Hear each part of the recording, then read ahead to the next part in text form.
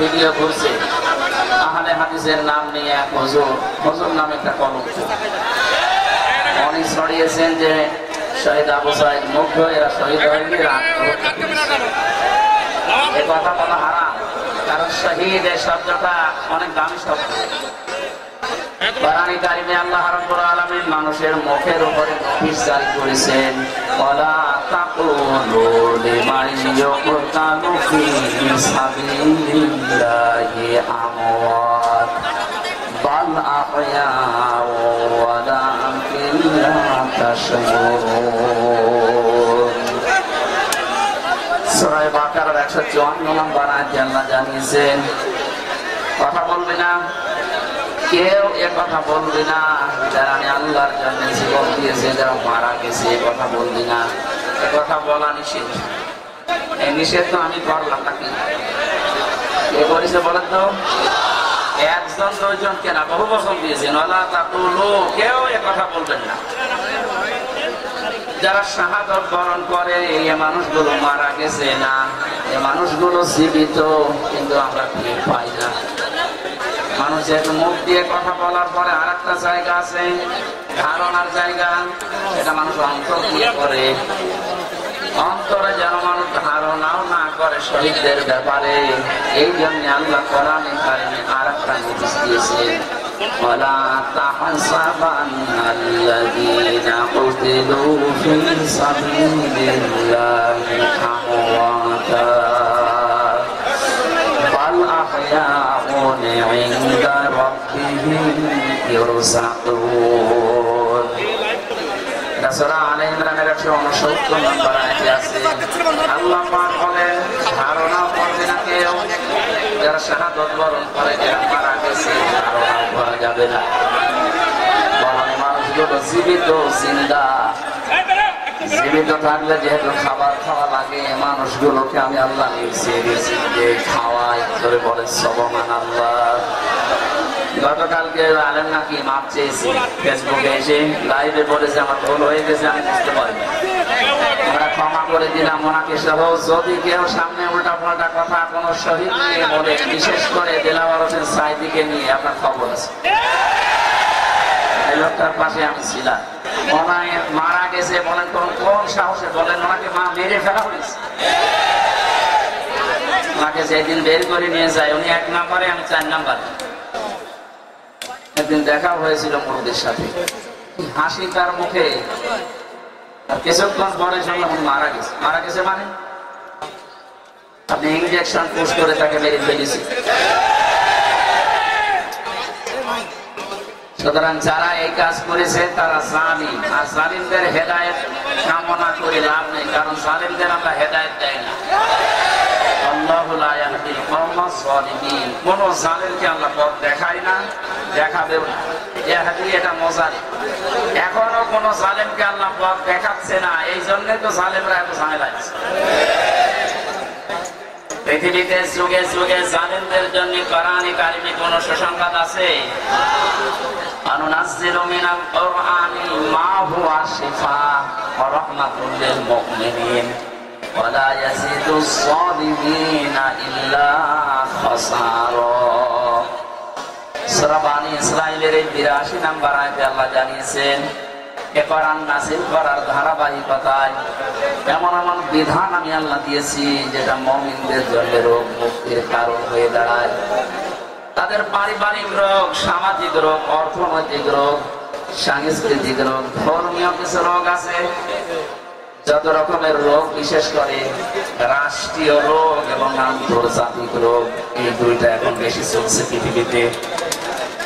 228টা রাষ্ট্র মুসলিম, পৃথিবীর ময়দানে মাত্র 57টা রাষ্ট্র মুসলিম।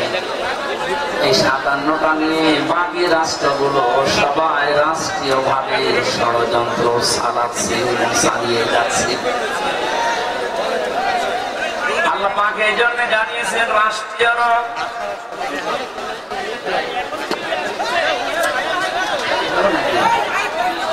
আন্তর্জাতিক যত রোগ আছে, এই সব রোগগুলো দূর হতে পারে।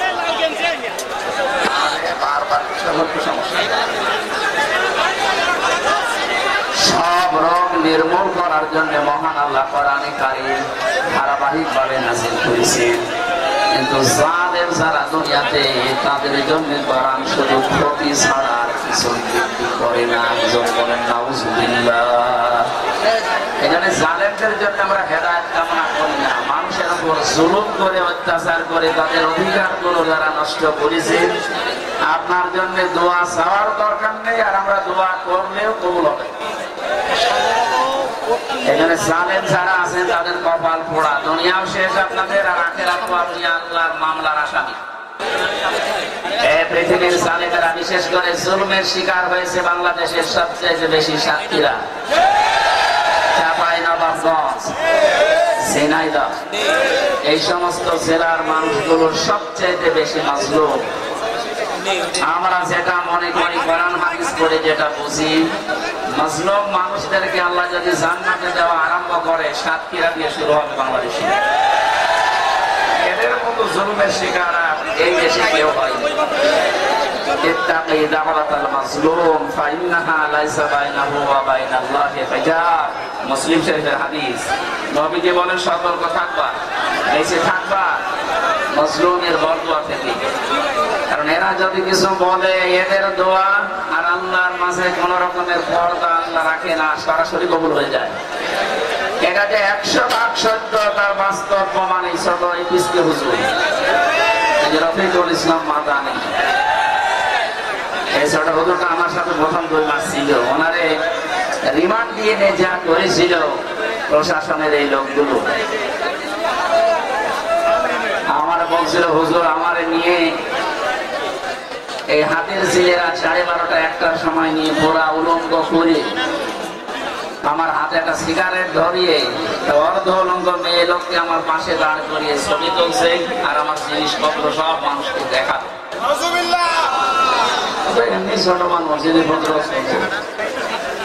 ও যদিও কান্না করে বলছিল কথাগুলো জেলখানার ভেতরে, আমারে বলছে, হামজা ভাই, শেষ পর্যন্ত এক এসআইকে ডেকে বললাম যে, ভাই আপনারা যা করছেন আমার সাথে, এটা কি হারুন সাহেব জানে? দিদি হারুন জানে না মানে উনি তো করাচ্ছে। বলছে, ওখানে দাঁড়িয়ে চোখ বন্ধ করে একটা বরদোয়া করলাম, আল্লাহ তুমি আমারে যা করালে এদের দিয়ে, আমি বরদোয়া দিলাম, এখন আমার সাথে যা যা করেছে ওই লোকটাকে তুমি ছাড়বা না, ওরেও তুমি এইভাবে উলঙ্গ করে জাতির সামনে দেখাবা। ওর দোয়া কবুল হয়নি। ও হারুনকে রাস্তায় আসতে পারে, আসলে মানুষ চিৎকার করে, কি বলছি